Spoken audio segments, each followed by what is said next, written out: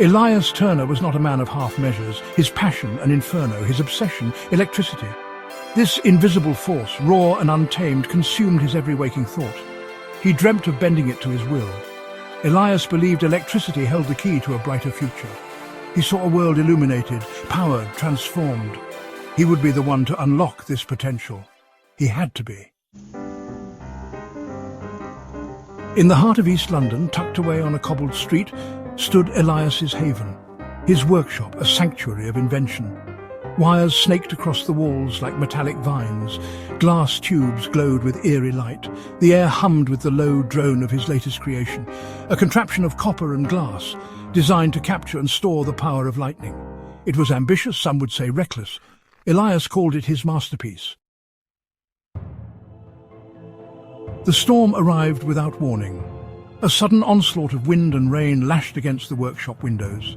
The sky, a bruised purple canvas, was ripped apart by jagged forks of lightning.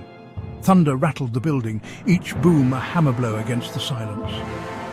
Inside, oblivious to the chaos outside, Elias worked feverishly, his focus absolute, his mind consumed by the dance of electrons within his machine. The air crackled with anticipation. The machine hummed, its tempo rising with the storm. Blue sparks jumped between the copper coils, a mesmerizing and dangerous ballet.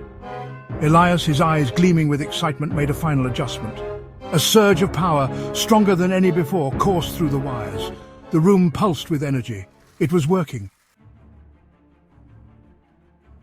Suddenly, a blinding flash. A deafening roar, lightning as if drawn by an invisible hand, struck the building. The workshop plunged into darkness, the air filled with the acrid smell of ozone. Silence. Then a low groan from the heart of the workshop. The machine sputtered, coughed, and fell deathly still.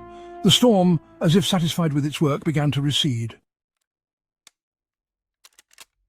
Elias lay amidst the debris, his ears ringing, his vision blurred. He pulled himself to his feet, his hand instinctively reaching for his head. He was hurt, but alive. His gaze fell upon his creation, now a mangled wreck. The copper coils were fused, the glass tubes shattered. Years of work, gone in a heartbeat. A wave of despair washed over him. Elias sank to his knees, his shoulders slumping with defeat. Had he been a fool to challenge the heavens themselves? Was his dream nothing more than a madman's fantasy?